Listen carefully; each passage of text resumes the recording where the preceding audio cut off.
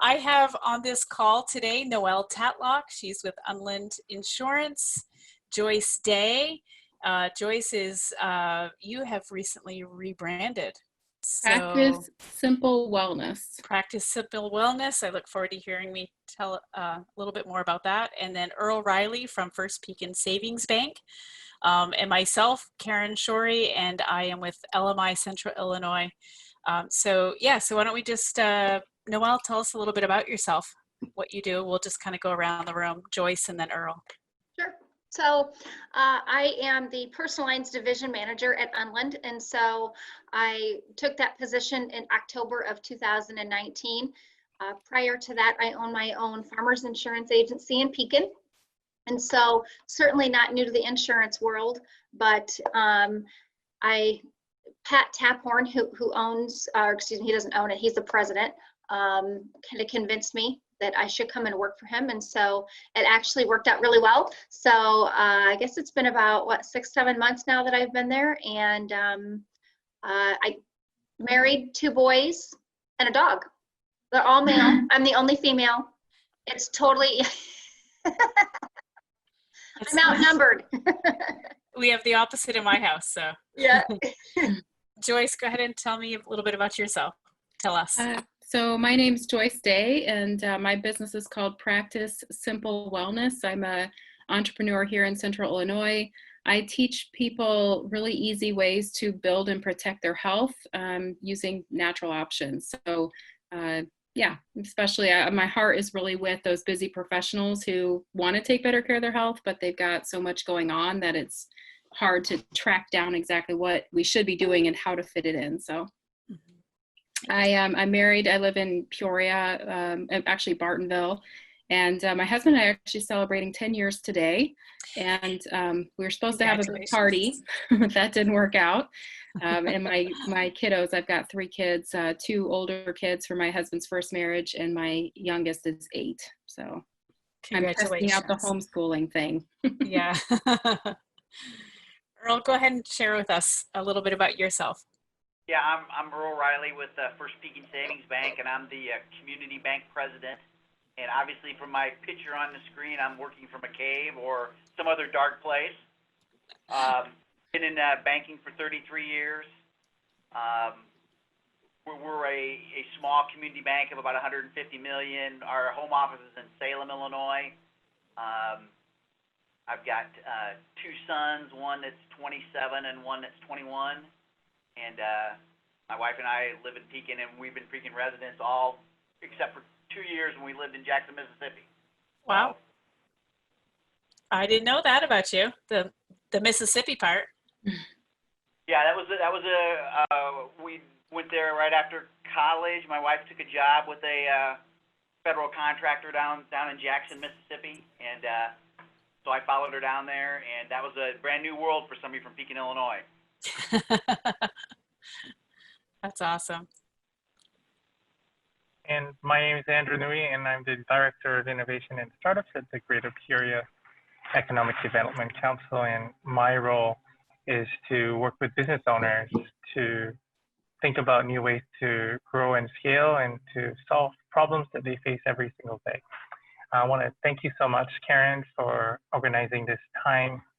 And really, I look forward to these awesome conversations on, in anticipation of reopening, how we can help businesses prepare to emerge on top. So I am president of LMI Central Illinois. So basically a company that is a resource for leadership development, helping people and individuals and companies improve their productivity and efficiency through time management and many other ways. I've been in Pekin for about 5, I think this is our 6th year now. And I am married as well with 3 girls and a girl dog. So my husband is outnumbered seriously, but he finds a way to balance it all out. So anyhow, that's a little bit about me. Yeah. So, that's in the last week, we have had so much conversation and news about reopening. In anticipation of that, I'm curious to hear from you guys on your organizations and you also particularly are doing to help keep your employees safe, and also, what does that reopening plan look like? So ultimately, we want to be able to be safe and healthy, and so that we can reopen and, come out of the gates running when that happens. I'd love to hear your thoughts. Who would like to go first? Earl, you can't see us, so would you like to tackle that question first? Sure. I mean, from the bank's perspective, obviously we've closed our lobby and we've limited our employee contact with our customers through the drive-up window, which then so there's a barrier there, and obviously we've given them access to cleaning supplies and things so that they can protect themselves as best they can. Looking forward, we're obviously following the governor's guidelines, but I will say this: we've kind of got a split perspective. Our home office is in Salem, Illinois, which is in Marion County. They've had 10 cases, so they have a little different perspective than what we see here in Central Illinois, and obviously somebody that would have branches in Chicago. Sure. But we've already contracted with a company to build us barriers for each desk and each teller window. We're looking at probably less walk-in traffic and more by appointment. And we'll probably do less to encourage customers. In the past, we do coffee and cookies and things of that nature, and that may be stuff that we're not able to do going forward. We're going to, as much as we hate to, we'll have customers that we want in and out so that we can address any issues that we might have once they leave. So that's kind of our initial outlook, and we see that it's going to be more of a slow ease into probably a different kind of normalcy than what we had before. That's true. I'm curious, Eric, with regards to the how is our banks leveraging technology nowadays with regards to the reopening? Because obviously a lot of the services still require some sort of human interaction. Are you guys using technology to make that? Yeah, I guess we're obviously using more online technology. We're encouraging people to do applications online. We're doing more phone requests. One of the things that we felt always made us unique is that we were a small bank, and we stressed that customer contact and people coming down and sitting and talking. We didn't tell them they couldn't come in. Well, we kind of had to go away from that. So that's a little bit of a change in the way we think and the way our customers think. But we try to still be as accessible as we can be without that direct contact. And the phones, while it's one of the oldest parts of the technology that we're dealing with, it is sometimes part of the best. And obviously we're not set up for Zoom yet, but that's something that once they overcome their security concerns, I think that we'll be seeing that as well. Oh, that makes sense. So it sounds like there's this opportunity now to explore digital transformation from the perspective of customer experience, perhaps through some sort of face-to-face, virtual face-to-face opportunities for some of those more complex experiences. Yeah, I mean, I think that's definitely where we'll be heading. They'll go down that path a little faster than what they had started. So. Ready or not, here we come, right?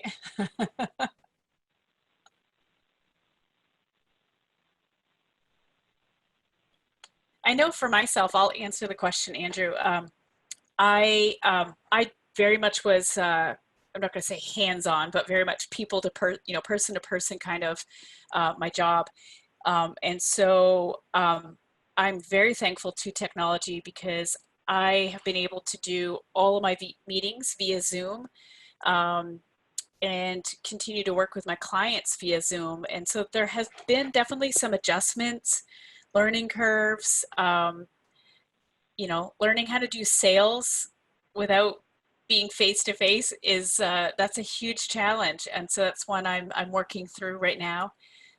But that's kind of, you know, and right now it's just myself, and I have another associate that she also works remotely, and so keeping ourselves safe is a very simple, you know, simple process for us, but meeting the needs of the client and the businesses, we're able to do pretty much the same.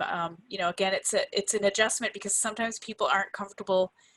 I mean, not that I am comfortable being on a camera, but you know, some people it's the first time. I've been kind of forced to, and so you do get used to it. But once you help people get past that first initial objection, you know, they're pretty good with it. So we can facilitate our groups online, and it seems to be working well. So from our perspective, I can tell you that we are, the 26th will be our day where we come back to work. And so we have a total, we have, let's see, 4 locations. Our Pekin location is definitely our largest as far as number of bodies. And right now we're on a rotation schedule with certain people. So some of us are working from home, some of us are at the office and practicing. So for the ones that are at the office, it's a lot of social distancing, kind of what Earl said, where they've provided for us all of the sanitation, things like that. We're not allowed to be in, you know, we have a part of the building where kind of like our biz hub, and it's a small, it's not super small, but we've limited it to 1 person in there at a time. So we just don't want that contact. Same things with restrooms. If you happen to go in and see somebody's in there, just let that person go in and then you kind of wait your turn. And so just a lot of that social distancing. When we return on the 26th, the idea is to continue that social distancing. They're encouraging that if we do meetings, even internally, that we still schedule them through Zoom. And so, you know, they might be 2 offices down, but they still, you know, to keep that social distancing going. So a lot of that kind of thing. We're limiting, so we have a conference room that's fairly large. But we have, you know, several employees. And so if we were to put everybody in that conference room, there would be room, but not enough for social distancing. So we're trying to work through those, you know, how we could all kind of get together and do that. Not sure how that's going to work. From a kind of a human resources standpoint too, the office has created an outlet. So, and I thought this was very, I don't know, unique, but certainly thoughtful. I felt like that they've opened it up to, for people that might have concerns and struggling through this time, whether it be financially, whether it be, you know, the emotional part of this and from the distancing. And then some people are really not okay coming back together and they're really struggling, you know, and so I think that my company has done a really great job of opening up and saying, hey, we're here. If anybody has any concerns at all, no matter what that may be about, you know, they're very concerned about our well-being as a whole. And I think that's wonderful that they've put that out there, because this, for some people, you know, that it's not as easy, you know, if you haven't been around people. I know we are all people, you know, this is what we do. And so we're probably all in a sense struggling in that way to be with one another and to sit and say hi and, you know, that kind of thing. So I think that Unland has done a great job opening that up and talking about, hey, what are things going to look like? Obviously, you know, lots of the sanitation, practice good hygiene, be respectful of other people, that you may be more okay with it than others. They've made masks available for us. You are not required to wear one, but if you want one, they will supply you with one, which I think is wonderful also. That again, if you're not comfortable, you know, I mean, again, I think it's a personal thing. The other thing we're doing is we're limiting the number of people that can come into the building.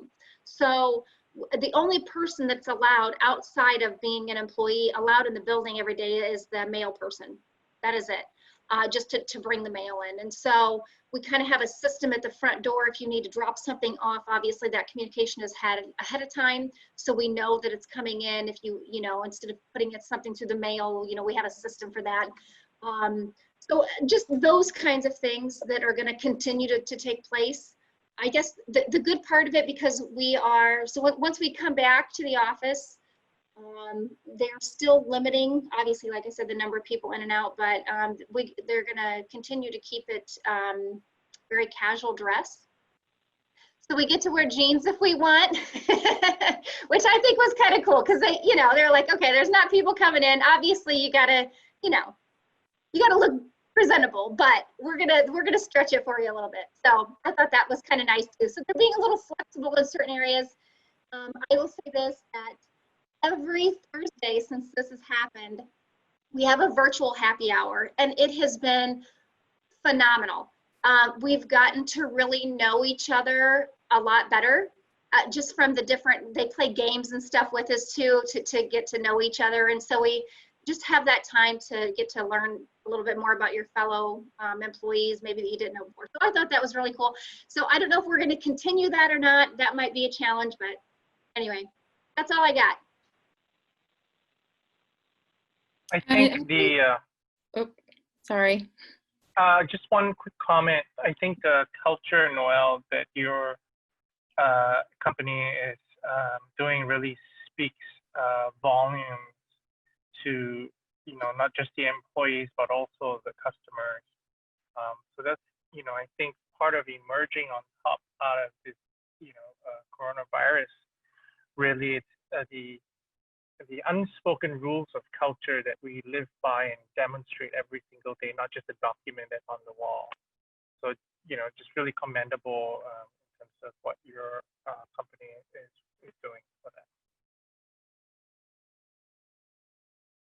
I was just going to add, I agree with, it's really cool to hear what other businesses are doing. I do health and wellness. And so what I'm finding really interesting is that in the past, we do a lot of workshops and live get-togethers and a lot of hands-on demonstrations. I help people learn how to make natural cleaning products. I teach people how to use essential oils. And I've always historically done that face-to-face, either through workshops or meetings, or meeting with people one-on-one at coffee shops or at their homes or whatever.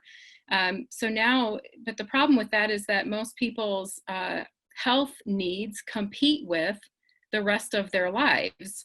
And so what's been really interesting for me is that I've gotten really efficient, myself and my group and my team, at we're doing a lot more through social media, more than I ever would have thought, really. And we're also getting really good at phone appointments. And it's kind of like what Karen said. I'm not using a lot of Zoom because the general public doesn't seem to do very well with Zoom, but we're doing a lot with phone calls and Facebook Lives and Facebook groups, and I'm mailing. I've mastered the art of mailing from home. It took me a whole day I ordered the little label printer, and had to set it all up. It took me about 6 hours to figure it all out, but I'm an expert at it now. I can mail packages out from my house. The mailman, I think, might hate me at this point, but I have little piles of packages that go out about once a week, but that's all been a huge blessing, and it's things that I've been planning on getting more efficient at. I've wanted to do more online. I've wanted to find better ways to be more efficient with time, because it's such a time commitment for me and for my customers to have to come to parties. I mean, I think that we've all been learning this lesson of how busy we've made ourselves professionally and with our families. And so to be forced in a very short amount of time to completely change how we do that stuff, I never would have thought I could be this efficient in such a short period of time. It's been about, 2 months since all of my live events got canceled. And then we had about a week or two of, bleep, what are we going to do now?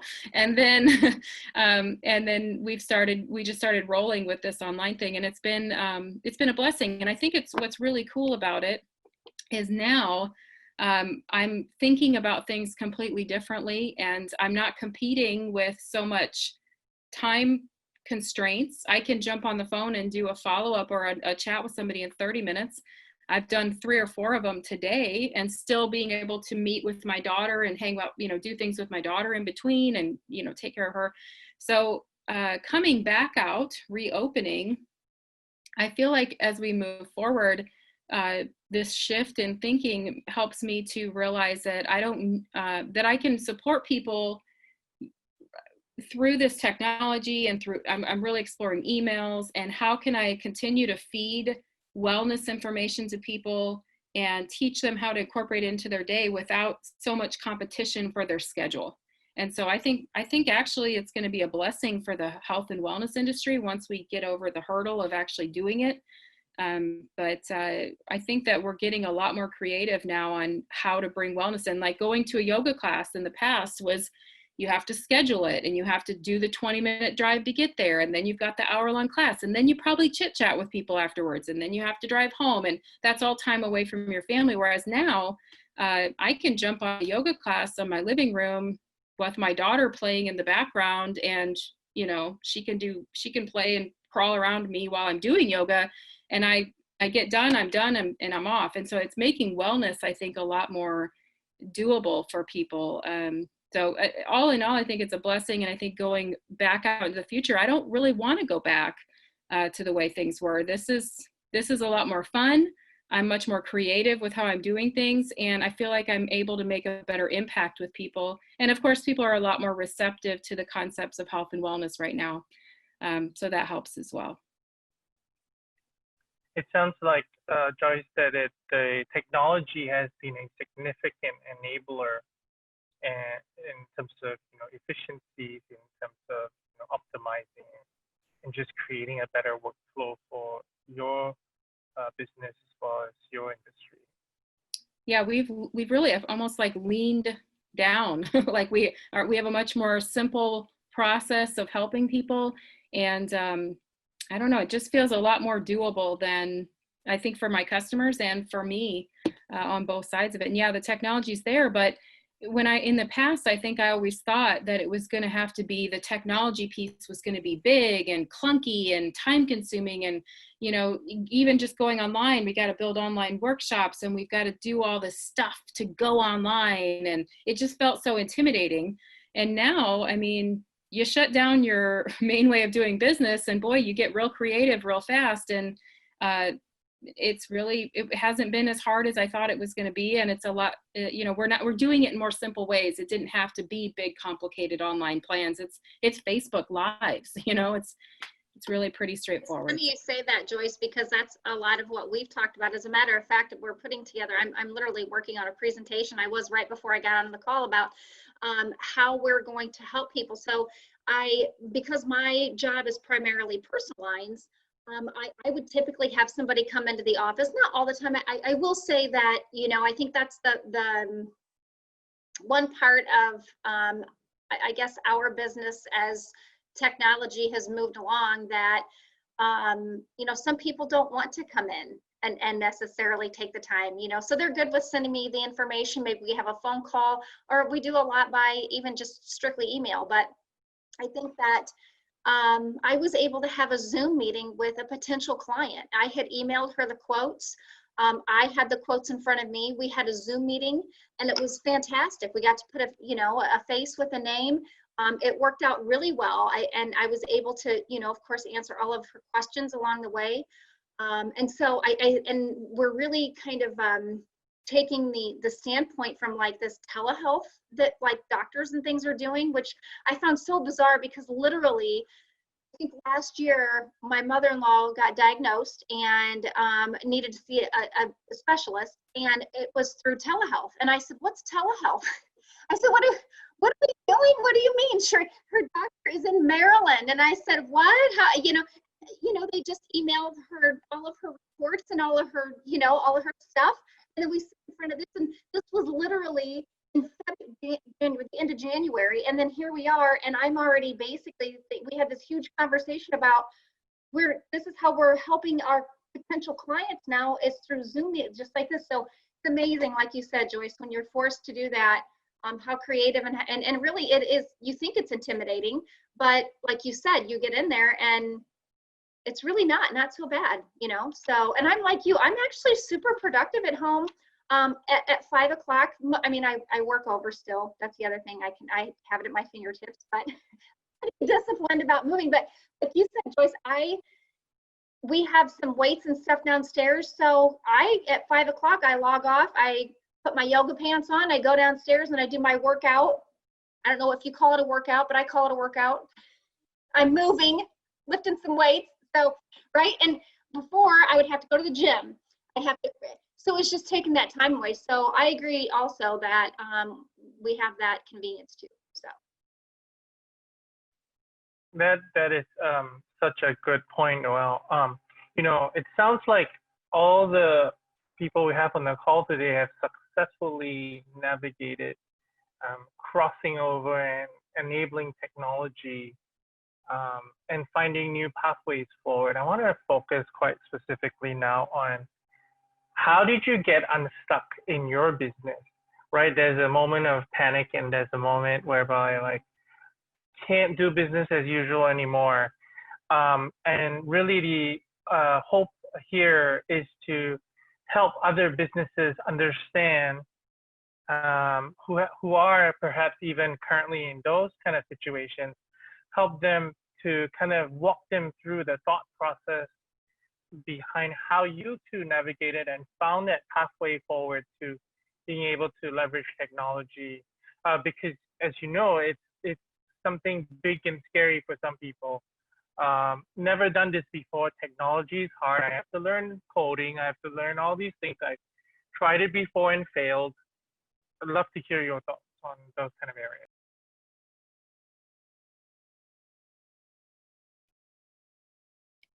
Well, from the banking perspective, you know, we've had to embrace technology to be competitive. So online banking, mobile deposit, mobile capture, all those things have already started to be implemented, the online applications, and really this just pushed that a little bit more to the forefront, that people had to, our customers had to adapt to that, and we had to be prepared to help them find that technology that would help them continue to make their payments, make their deposits, have their access to their funds and to their information. So, you know, from the banking perspective, we already had started down that path somewhat. This has really kind of pushed us a little bit more, and it's forced us and forced our customers to embrace technology a little bit more. But luckily for the banking, the platform is already there. Thank you, Eric. So quick question, follow-up question was that how are you helping your customers embrace that technology? Because again, some of them may be older or not comfortable with technology. What are you guys doing from a financial perspective? So we obviously continue to work with them on the phones. Kind of right now our go-to, and help them step through that process. And we still have some access through the drive-ups that they can then do some of that. A lot of it's just encouraging them and then trying to make our apps more consumer friendly. But you're right, especially in banking, we've got a whole generation of people that they still have flip phones, if they have phones at all. So their ability to access some of that technology is really limited. So we still have to have some contact that we try to lessen as much as we can, but we still need to encourage them and let them know that their money's safe and that we're still taking care of their business. So there's kind of a fine line there, and we, with some of our customers, we just know we're gonna have to babysit them a little bit more. That's just part of it. I'd say for me, there's two things that have helped. So I did have the panic, you know, well, this is kind of, I guess we're just going to hang out for the next few months after all my live events got canceled. And then there was someone in my group who started doing more online, like Facebook events and things like that. And so watching her was what really pulled me out of that stuck feeling and got me being like, okay, well, maybe how could I make this work for me? And so that was the first thing that got me going, is that then I just decided I was going to jump in and try to figure out how I could do it for myself. So looking to other businesses who are still in that stuck place, I would say try to find another business that's similar to yours in some way and see what they're doing and see if there's a way you can make that work for you. The second piece of it was I really had to make time for those hurdles. So, you know, there's going to be big hurdles to overcome in whatever, for all of us, in whatever way we're trying to go more online. And so just making time and space for that. Like I said, I spent almost a whole day just figuring out how the heck to mail stuff from my house. And it was frustrating, and trying to load the labels into the printer, and then figure out how it hooked up to the computer, and figuring out the PayPal software versus stamps.com versus the other sites and all that. That was very frustrating. I came out of the office that day looking like, I felt like I'd been beat up. So just make time and space for those hurdles, and know that they're going to be there, and don't expect to just figure it out at the drop of a hat. So making space for that kind of thing. As far as dealing with the folks that are not tech savvy, Zoom, like I said, seems to be a real challenge for the average person. It's getting easier because more people are using it for work and school and stuff. But even still, it just seems to be a barrier. So we are having more luck with things like Google Hangout, for just those quick jump on for 30 minutes kind of a thing. And so that works better. You just click it, it pops up no matter what you're using, and it's easy.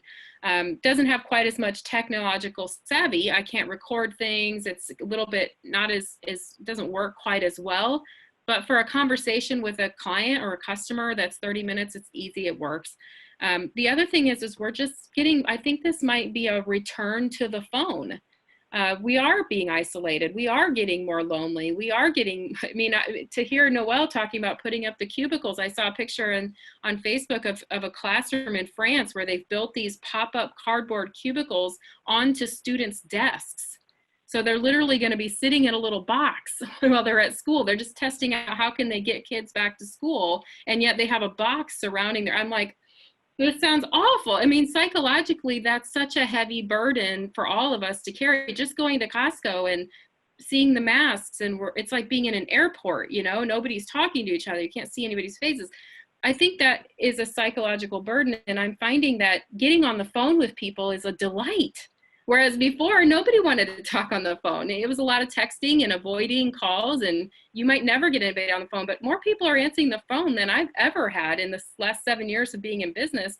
And getting on the phone has been delightful, and we're efficient, we're doing a good job, we're doing what we need to do, but we're also just having a little bit of that. It's almost like touching someone on the shoulder and saying, yeah, I feel that way too. You know, there's just that little bit of that goes on in the conversations that's reassuring that we're both humans working through this crazy situation, and we're doing what we need to do as far as this goes. But man, I'm just glad to have you on the phone for a few minutes. So I think that we'll see a return while we are relying on technology. But I think as we move forward over the next couple of years, I think we might see more of a return.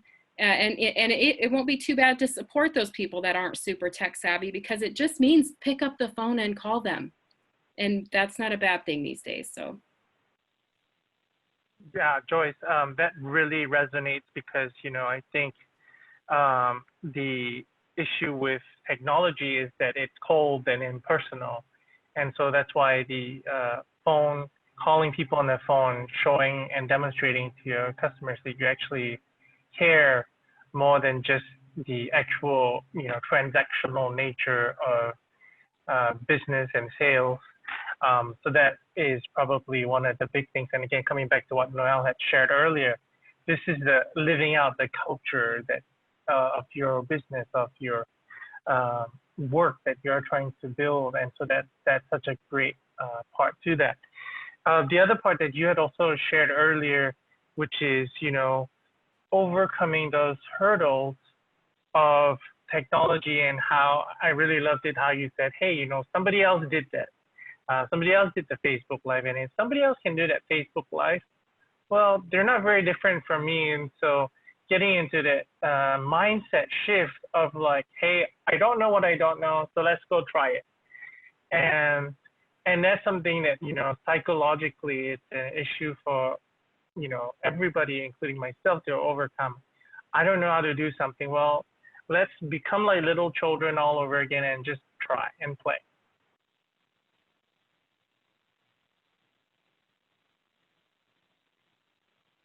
Can I share, just to answer that that question, when you said, I can't remember exactly how you phrased it, but how did you get past feeling stuck? I love the assumption, because I think all of us have felt that moment. Maybe others, the moment might have lasted a lot of moments, / days / weeks.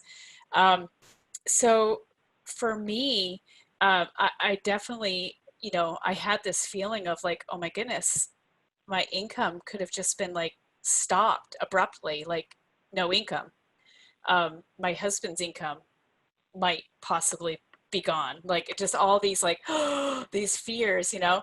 But I leaned into them, and then you know, it didn't happen overnight. It took a couple of days, but I reached out to some people who do, you know, similar work with me, like me, and we just brainstormed together and said, okay, what are some ways that we can generate revenue and still be able to do what we do, why we do it, keeping our mission, our purpose, our values the same.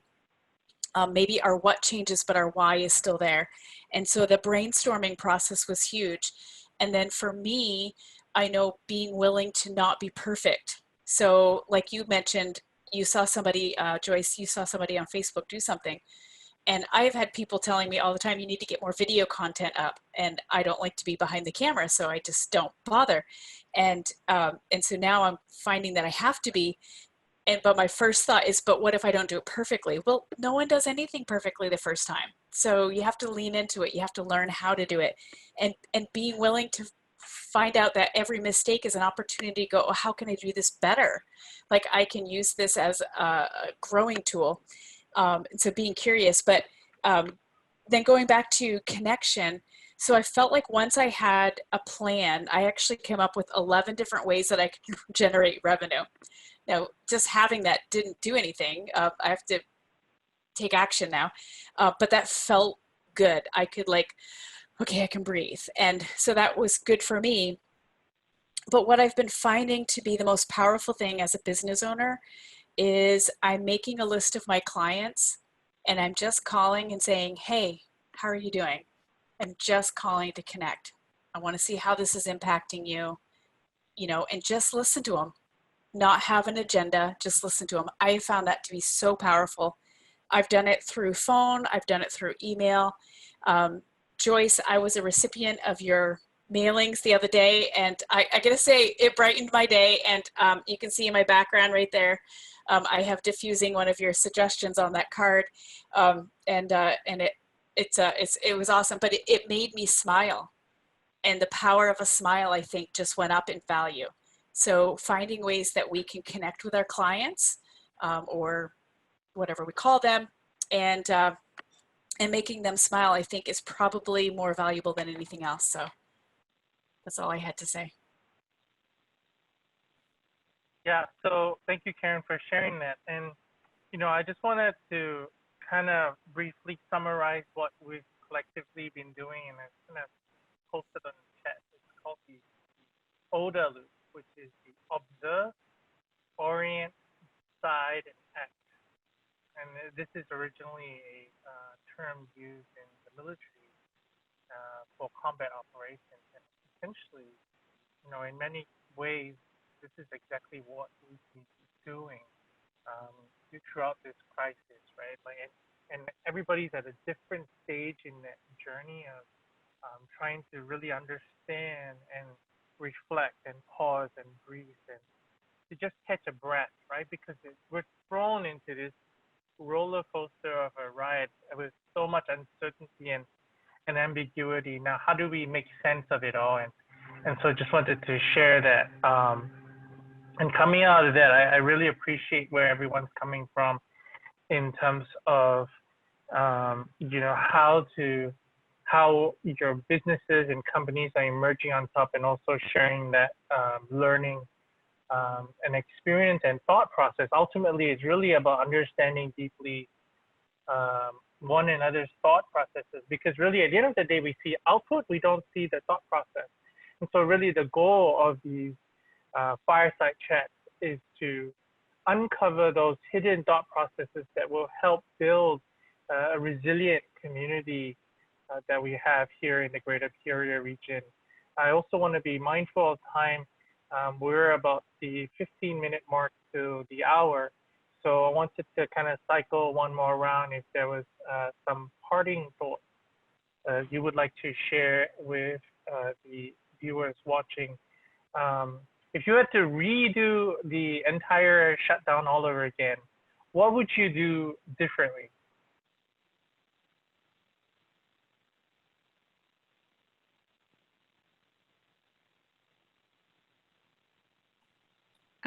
I'll go first. I think for me, I think that I would probably, my goal right now is, like Noelle said, it's very easy to slip into work overdrive right now, just because it feels, well, for one, I think it makes me feel, it's comforting. The general anxiety that I think most of us are feeling around this whole situation.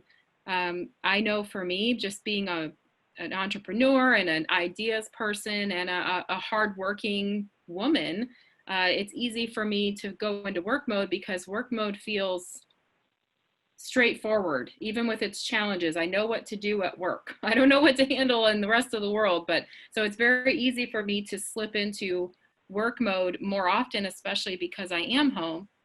But I do have an 8-year-old, and I'm, you know, we've been doing our homeschooling and we're doing things, and I'm not doing a bad job at this, but I'm hitting that point now where I kind of feel like, okay, I've got this figured out.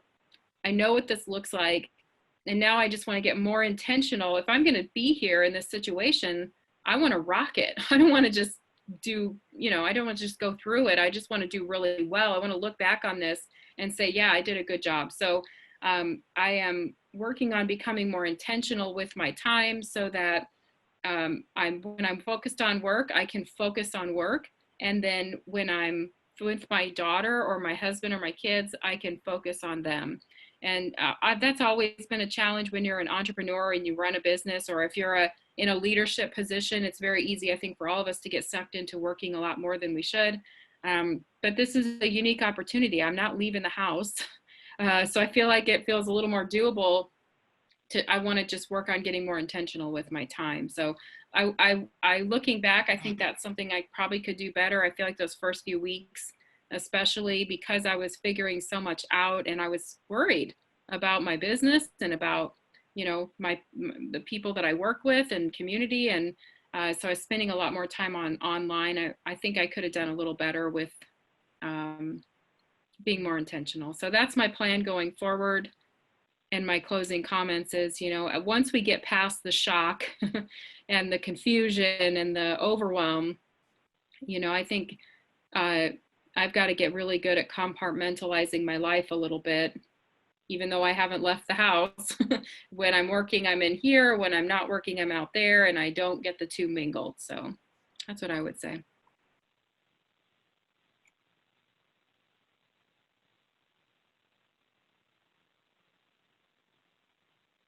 I think from my perspective, looking at something that maybe I would want to do a little bit better is just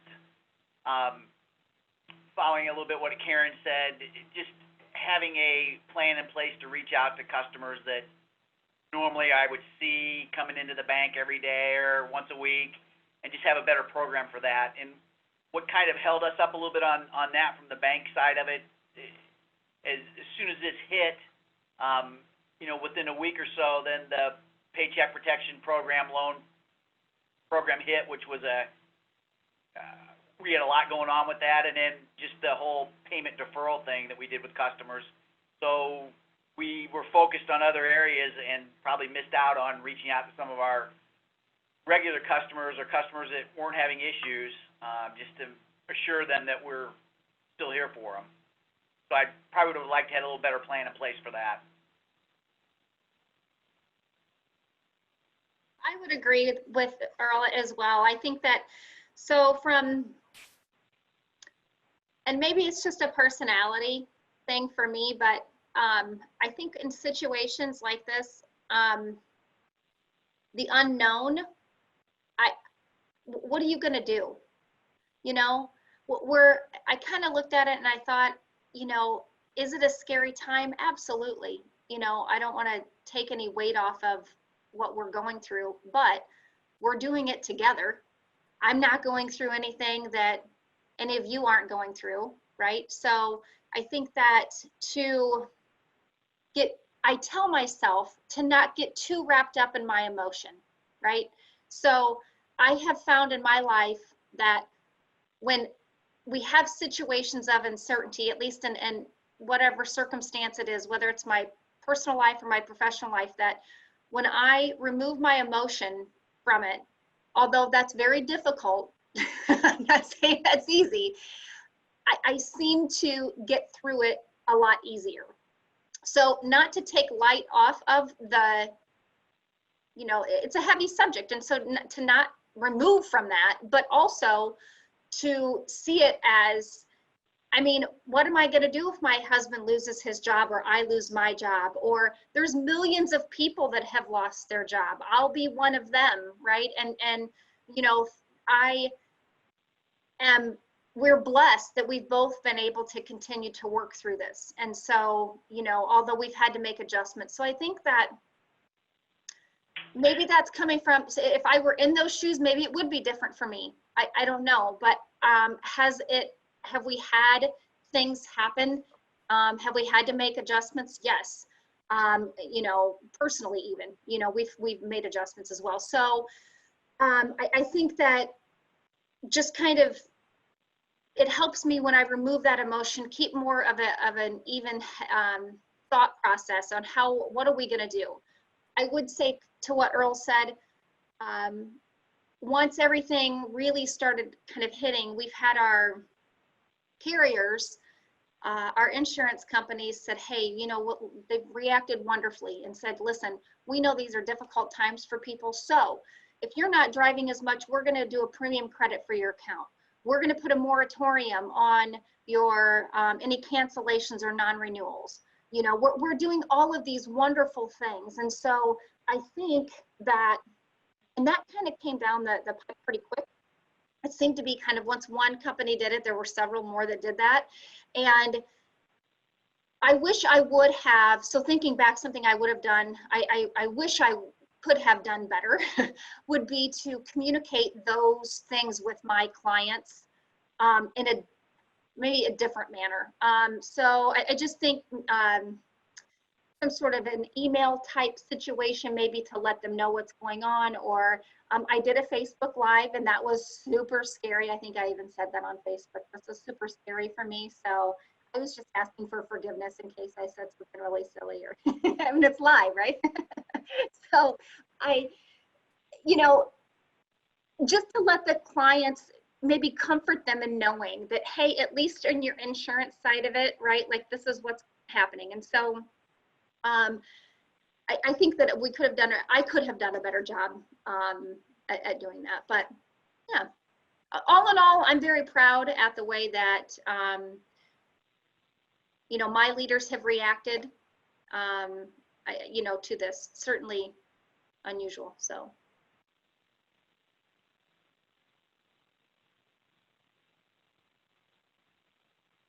The pause is, look, where is that mute button? So that's the unusual part of our conversations, is all of a sudden there's these extra pauses because we're trying to find our unmute button. If I could do things differently, was that the question? Am I saying it right? Okay.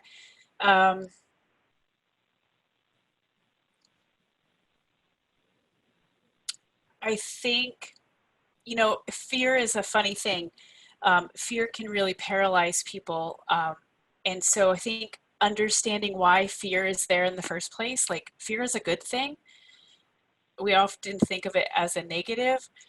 Fear is there to keep us safe, you know, like, we're afraid of fire because we don't want to get burned. And so fear is not in essence a bad thing. So to be able to mentally, like kind of piggybacking on what Noelle said, to not get into the emotion, to be able to kind of pull yourself from that fear and go, wait a minute, what is this protecting me from? I don't know. Okay, so what if I try this? I don't know what this is, but this may or may not hurt me. I'm going to give it a whirl because staying where I am isn't good. And so I guess, you know, being able to ask some pretty deep questions of yourself, you know, is helpful. So for me, maybe jumping a little faster into being willing to brainstorm with someone, you know, being willing to say, like, I have no idea what I should be doing right now. I'm getting dressed every morning and I don't know what to do. So maybe being quicker to be willing to say to someone and be vulnerable and say, I don't know what I'm doing. Can we talk together and like just brainstorm, because I need some ideas and that's what helps me get through. So I think just being that would have been something I would have liked to have done a little sooner. And then again, communicating to my clients better, more efficiently, and again, sooner, to kind of, you know, like, hey, we're all in this together. You know, if we all fall down with the ship or go down with the ship, we're all going together. And you know what, that's when creativity is sometimes at its finest points. When we get put in a corner like this, all of a sudden now we have to think of a way out. And so, you know, if you look back into times in history when devastating things happened in the world, that's also when incredible breakthroughs happened. And so I think knowing that kind of makes that fear a little bit less. Like, you know what, I don't know what this is going to look like. I don't know if this is going to end, but I do know some great things are going to emerge from this. And I love that, because one thing I do see emerging is intentionality with people. I see people being so intentional to connect whatever way they can, from finding a plant at my doorstep to, you know, people reaching out, hey, how are you doing? Emails, calls. I love that. I think that's beautiful. And I think that speaks to who we are as a human race. That is so amazing, Karen. While you guys were talking, I wrote my thoughts down. Ultimately, I think the coronavirus is going to help us build more resilient local communities with, you know, business owners helping business owners. And so that's really something that emerging from this lockdown, that's definitely something I'm looking forward to. To your point, with fear, a lot of fear is based on the assumptions of the unknown, right? And one of our previous calls, I believe it was last Friday, we had Dina Emzer, who's an executive coach in the Bloomington Normal area, and she called out fear as an acronym. Fear is false evidence appearing real, right? And so that was, you know, when you were talking about fear, Karen, that was something that I was just looking back at my notes here and just wanted to share that, because fear of the unknown and fear of the assumptions is crippling. But, you know, we have the innate ability to step aside, you know, our fears and to decouple, right? It's a decoupling of the fears from our personal selves, our personal identities. You know, one way to do that is to take your fears, write them down on a Post-it, and decouple that from yourself and put it on a wall and say, okay, well, let's look at that fear objectively. You know, fear of losing your job, fear of your health, and all these different things. And to say, okay, well, now this is a problem. This is an assumption of a problem that may or may not be true. And how can we problem solve? And really, where I'm getting at with this is the Greater Peoria Economic Development Council is here. We serve you, the region, the community, to engage with business owners, to engage with companies, to solve problems. And I want to thank you again, Karen, Noelle, Joyce, and Earl for taking this time to share your thoughts and share your successes and stories even as we emerge from this time. Thank you, everybody, for being part of this today. Really appreciate it. Thanks for having me. Yes. Enjoyed it. Bye, everybody. All right. Have a great day. All right. Bye-bye. Bye-bye.